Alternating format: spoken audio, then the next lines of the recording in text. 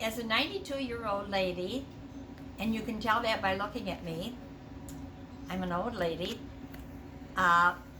You don't need to tell me, because when I look in the mirror, I used to see my mother. Now I see my grandmother. However, inside I feel like I'm about 35 years old. And I'm wondering if I could give you some tips on the average day to help you to stay relatively young too. Even if you're old, you don't have to get old. And as a matter of fact, you don't even have to be white-haired. I would love white hair if my hair came in beautifully white. Unfortunately, it comes out every color of the rainbow. So now, since I was 65, I've gone to the beauty parlor, and she keeps my hair the same color that God gave me, red. I'm not telling you you have to color your hair. Most people have beautiful white hair, but unfortunately I didn't. Okay, start off. I get up every morning about 7 o'clock at the latest, and the first thing I do is read the newspaper with my coffee, because it's all bad news. It makes you wake up real good. And then after that, I come in the living room and I pick up my big old heavy Bible that weighs, ouch, about 25 pounds. I also have hand weights here that I'm supposed to be using, but I got news for you. This Bible is better than the 25-pound hand weights. Anyway, this Bible I read for about half an hour every morning, this and devotional books. I'm sure a lot of you people also have the Upper Room or some of these other devotional books that have been around, guideposts. And then I remember what my son told me up here, this beautiful plaque, "A day hemmed in prayer never unravels." So not only do I pray for myself, but I have a big long prayer list of all my family and a lot of people who are needing prayer and tell me about it. Okay, after that takes about an hour. Then I have my breakfast. Another thing, I always make a point of getting dressed before 9 o'clock and making my bed. It's just more of the thing. You don't want to get in a rut. You don't want to turn on that boob tube and spend all day watching television. You want to have some order to your life. It makes it better for you. Okay, then after a better breakfast, I go into my office. I have an office.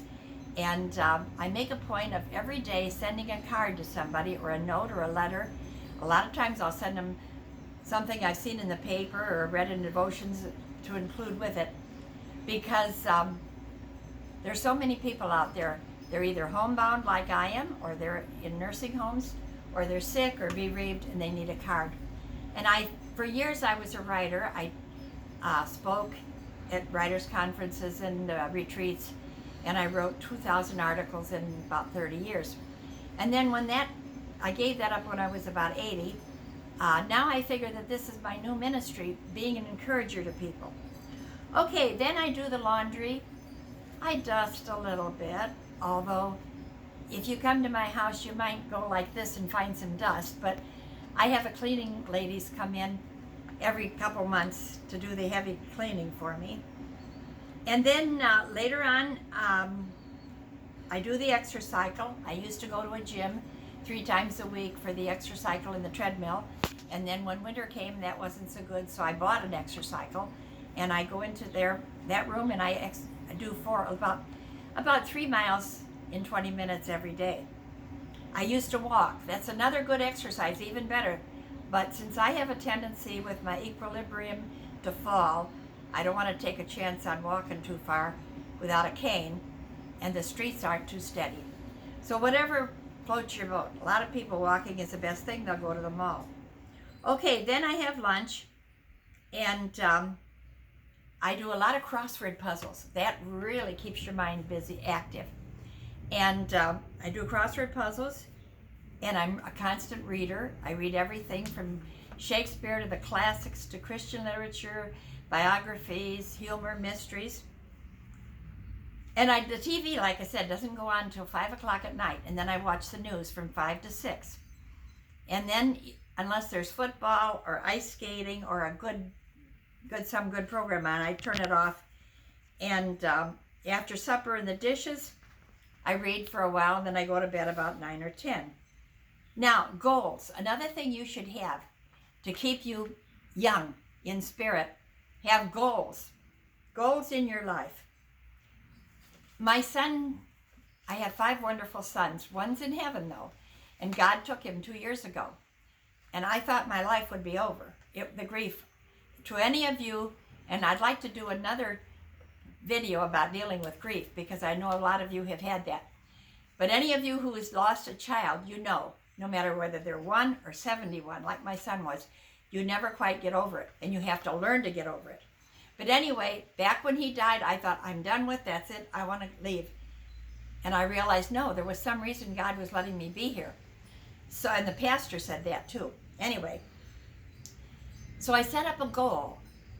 I wanted to live to see my great-granddaughter's wedding, one of them, I saw that. Another goal, I wanted to see my 7th grade grandchild born. That happened a month or so ago. Now I have the goal of waiting till I can get to Michigan to see the new baby. But you always have to have goals in your life. When I was younger, I did a lot of traveling with one of my granddaughters. We went on a cruise. We went on one of these senior trips where, 7 states in 8 days or something. And we went through the Rocky Mountains in Canada on a train. And all these things, do all the traveling you can before you get more infirm. Because when you're older, you just don't have the patience or the health. My health is generally good. Thanks to the doctors.